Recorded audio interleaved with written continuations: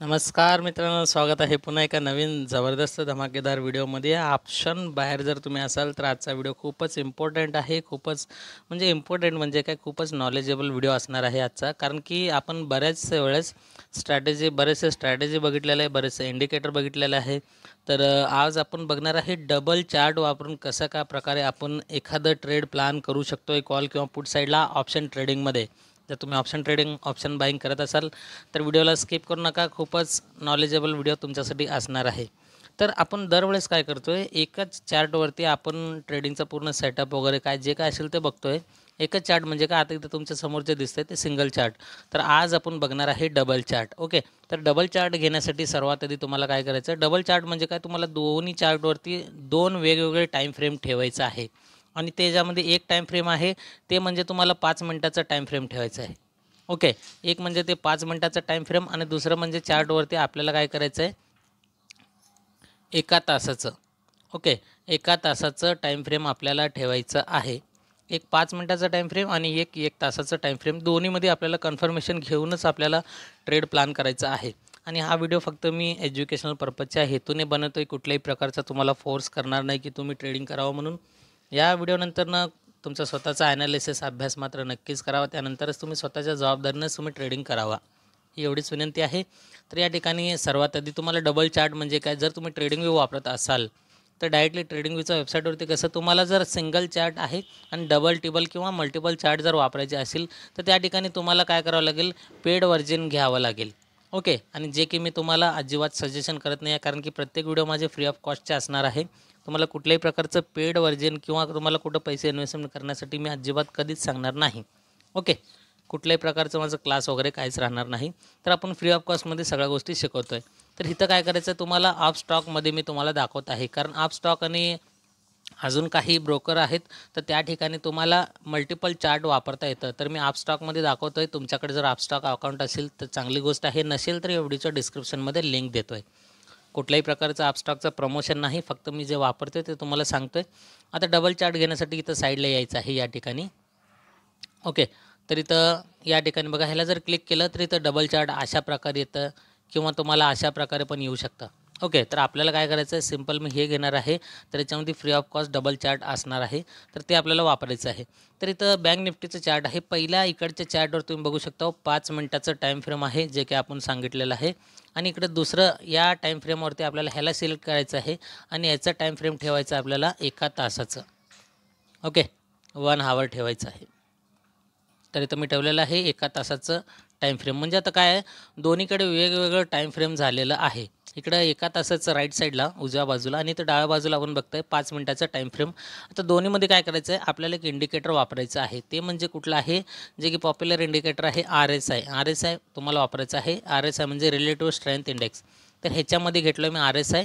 Okay, तर सर्वात आधी ह्या RSIचं आपण सेटिंग करायचं आहे. सेटिंगमध्ये जायचं आहे आपल्याला, इनपुटमध्ये इथं बघायचं आहे. ओके, RSI 14 आणि हे खालचं जे स्मूथिंग लेंथ आहे त्याला काय करायचं आहे, सिम्पल 21 करून घ्यायचं आहे. ओके, इथं SMS ठेवणार आहे आपण, ह्याला काही छेडछाड करणार नाही आहे. 14 SMA आणि 21 स्टाईलमध्ये यायचं आहे. प्लॉट जे आहे RSI ह्याला थोडंसं डार्क करूया आपण, थोडंसं जाडी वाढून घेतो आहे. आणि याला जर तुम्ही ब्लॅक केलं तरी चांगली गोष्ट आहे, म्हणजे मी क्लिअरली आपल्याला दिसेल या ठिकाणी बघू शकता. आणि हिचं जे स्मूथड EMA दाखवतं आहे, तर ह्याला ऑन करून घ्यायचं आहे आपल्याला. ऑन करून घ्यायचं आहे आणि थोडंसं ह्याला जाडी वाढून घ्यायचं आहे ह्याचं पण. आता या ठिकाणी बघू शकताय आपलं जे सेटअप आहे ते झालेलं आहे. आणि याच्यामध्ये आपल्याला काय करायचं आहे, इथं बघू शकता हे जे आहे 70, तर इथं आपल्याला काय करायचं आहे, अप्पर लिमिट हे जे बाकीचे जसं आहे तसंच ठेवा. इथं अप्पर लिमिटमध्ये तुम्हाला जे 70 दिसतं आहे ह्याला काय करा, तुम्ही 80 करून घ्या. आणि इथं खाली जे 30 दिसतं ह्याला 20 करून घ्या. म्हणजे 20 आणि 80चा आपल्याला सेटअप ठेवायचं आहे. आणि मिडल लाईन असणार आहे, ह्याचं काय गरज नाही आहे. फक्त याला जर तुम्हाला करायचं असेल तर जाडी वाढून घेऊ शकताय आणि याला समजण्यासाठी तुम्ही ब्लॅक पण कलर करू शकताय. ओके, तर ह्याला 80ला आणि ह्याला 20ला काय करतो मी, ब्लॅक कलर करतो आहे, म्हणजे आपल्याला क्लिअरली समजेल, या ठिकाणी दिसेल पण.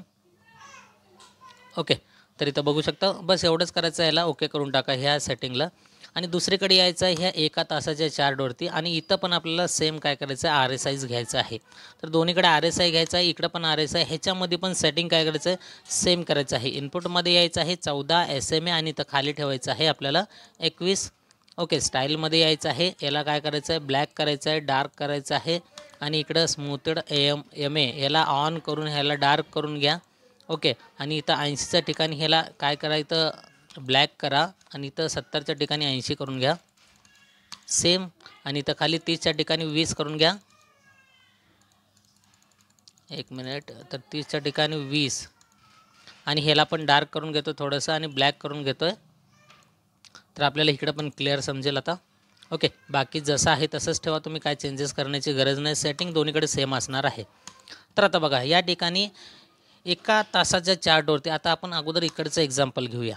एका तासाचं इकडचं जे चार्ट आहे ह्याच्यामध्ये आपल्याला काय बघायचं आहे, तर जे SMA हे जे लाईन आहे, ओके, हे SMA जे लाईन आहे ब्लॅक कलरचं, ते ह्या सिग्नल लाईनला आता नीट समजून सांगायचं म्हटलं तर काय, ह्याच्या सेटिंगमध्ये जर गेलं तुम्ही तर इथं बघा हे निळा कलर कुठला आहे, प्लॉट, म्हणजे हे सिग्नलचं आहे. ओके, स्मूथिंग लाईन SMAचं. आता हे जे निळा कलरचं लाईन आहे तुम्हाला दाखवतो आहे, हे निळा कलरला लाईनला क्रॉस करून जर मार्केट वर जात असेल तर समजायचं एका तासाच्या चार्टवरचं सांगतो आहे, तर हे निळ्या लाईनला क्रॉस करून ब्लॅक लाईन वरती असेल, या निळ्या लाईनच्या वरती ब्लॅक लाईन असेल तर समजायचं मार्केट बुलिश आहे. ओके, तर मार्केट बुलिश आहे समजायचं. आणि ह्याच्या जर खाली असेल, निळ्या लाईनच्या खाली असेल तर मार्केट समजायचं तर या ठिकाणी बेरिश आहे. बस एवढं सिंपल. एका तासाच्या चार्टवरती आपल्याला हे दोन कन्फर्मेशन घ्यायचं आहे की निळ्या लाईनच्या वरती असेल ब्लॅक लाईन तर बुलिश, आणि ह्या निळ्या लाईनच्या खाली जर ब्लॅक लाईन असेल तर मार्केट बेरिश असं आहे. आपण हे समजून घ्यायचं आहे. ओके, तर याला थोडंसं इथं डार्क करतो हे.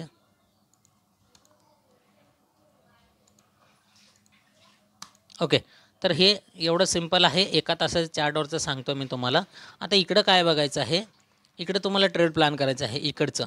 आता याच्यामध्ये 5 मिनटाच्या टाईम फ्रेमवरती तुम्हाला काय करायचं आहे, या ठिकाणी ज्या वेळेस आता तुम्ही जर एका तासाच्या आणि ह्याच्यामध्ये बघितलं तर इकडं बघा बुलिश दाखवतं आहे, या ठिकाणी टाईम फ्रेममध्ये बघितलं इथं बुलिश दाखवतं आहे, पण इथं कसं 5 मिनटावरती तुम्हाला बेरिश पण दाखवू शकतं, अशा प्रकारचं मुवमेंट पण दाखवू शकतं. दोन्हीकडे फरक कशामुळे आहे, तर टाईम फ्रेममुळे फरक दाखवतं आहे तुम्हाला.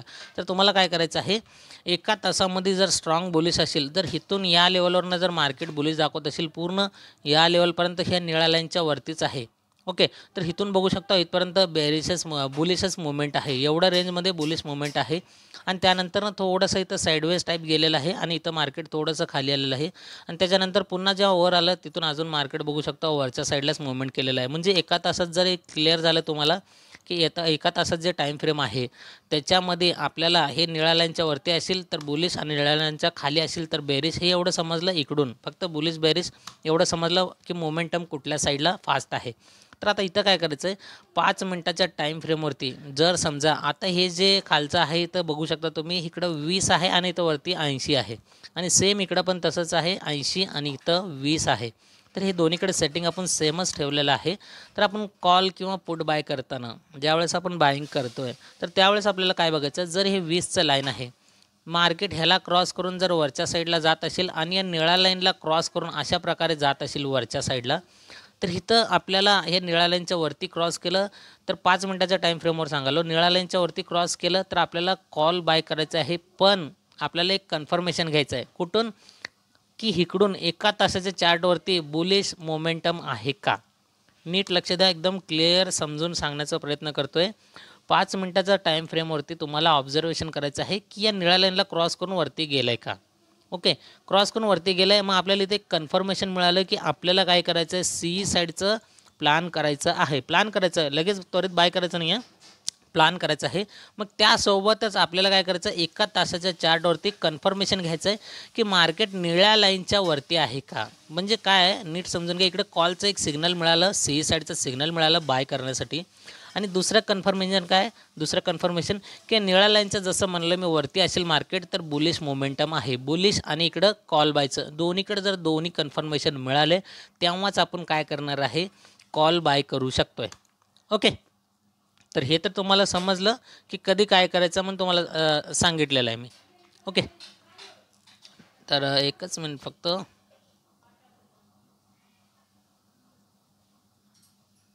तर आता इथं बघा तुम्हाला सांगायचं काय, आता या लेवलला इथं मार्केट काय केलेलं आहे, इथं बघू शकता तुम्ही, इथून तुम्हाला निळ्या लाईनच्या वरती गेलेलं आहे. निळ्या लाईनच्या वरती गेलं, इथून मार्केट एक बुलिश मोमेंटम दिलेलं आहे. त्याचबरोबर जर इथून बघितलं आपण तर या ठिकाणी इथून पण मार्केट निळ्या लाईनच्या वरती आहे. म्हणजे इकडं काय कन्फर्मेशन आहे एका तासामध्ये की मार्केट आता बुलिश आहे.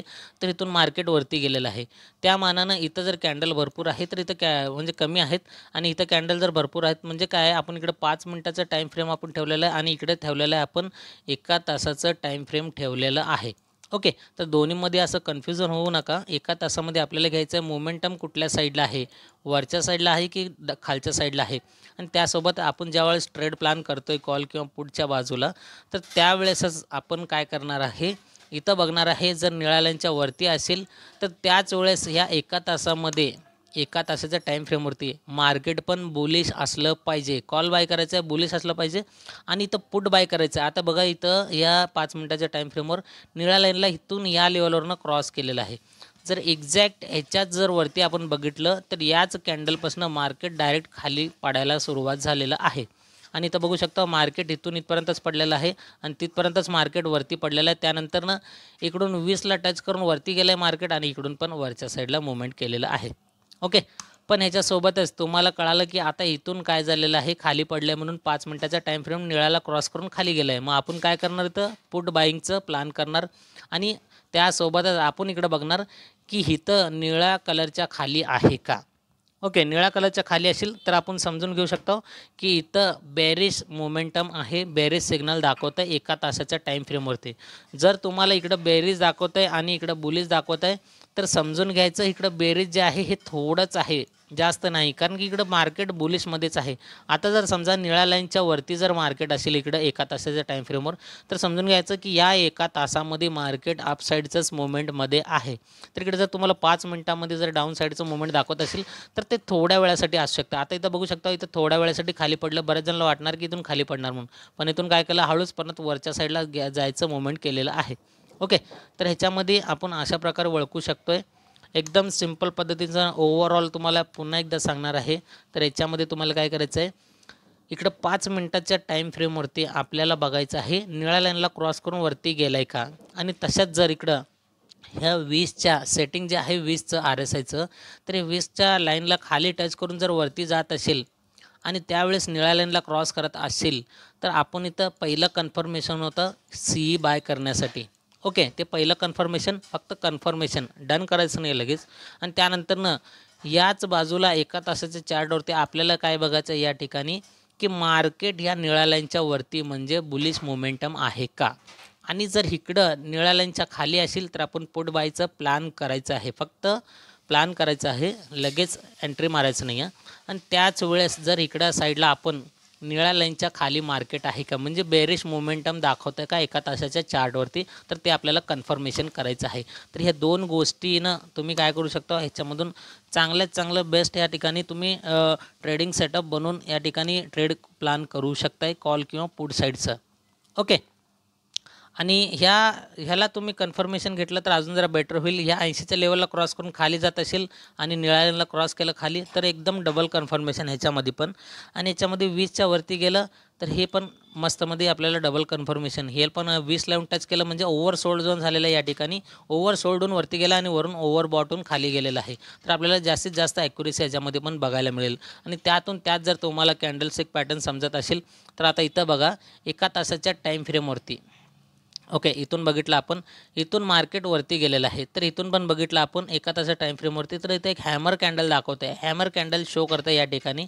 तर हॅमर कॅन्डल नंतरनं तुम्हाला कॅन्डलस्टिक पॅटर्नची माहिती असेल तर याच्या हाय ब्रेकवरती आपण जर ट्रेड प्लॅन केलं तर वरच्या साईडला बघू शकतो मार्केटमध्ये मस्त मुवमेंट दिलेलं आहे. तर ओके, तर आणि ह्या सगळ्या गोष्टी तुम्हाला समजणार कधी, ज्यावेळेस तुम्ही ह्या गोष्टीचा अभ्यास करणार, ॲनालिसिस करणार, okay, back testing, paper trade वगैरे करणार, त्यावेळेसच समजणार. आणि जर पेपर ट्रेडमध्ये तुम्हाला ॲक्युरेसी वाटत असेल तरच तुम्ही तुमच्या मर्जीनं स्वतःच्या जबाबदारीनंच ट्रेड करावा. कुणी असं कमेंट करू नये. बरेच जण कमेंट काय करतात की सर कुठलीही स्ट्रॅटेजी काम करत नाही, काय नाही. कसं आहे, स्ट्रॅटेजी काम करण्या अगोदर आपल्याला त्याचा काही अभ्यास करावा लागतो. ज्या अभ्यासामधून आपल्याला समजेल की हे स्ट्रॅटेजी किती % ॲक्युरेसी आपल्याला देऊ शकते, ज्याच्या माध्यमातून आपण ट्रेड प्लॅन करू शकतो आहे. जर अभ्यासच नाही करणार तर तुम्हाला कुठल्या गोष्टी समजणार नाही आहे. ओके, आणि समजणार नाही तर तुम्ही ह्याच्यातून काही शिकणार नाही आणि शिकणारच नाही तर तुम्ही ह्याच्यामध्ये टेकणार पण नाही आहे. हे गोष्टी लक्षात ठेवा. हा व्हिडिओ फक्त आणि फक्त मी एज्युकेशनल पर्पजच्या हेतूनेच बनवतो आहे. बाकी तुम्हाला इंडिकेटरचं सेटिंग वगैरे सगळ्या गोष्टी सांगितलेल्या आहे आणि ट्रेडचं प्लॅन पण सांगितलेलं आहे. कॉल किंवा पुट साईडला आपल्याला कशाप्रकारे ट्रेड प्लॅन करायचा आहे.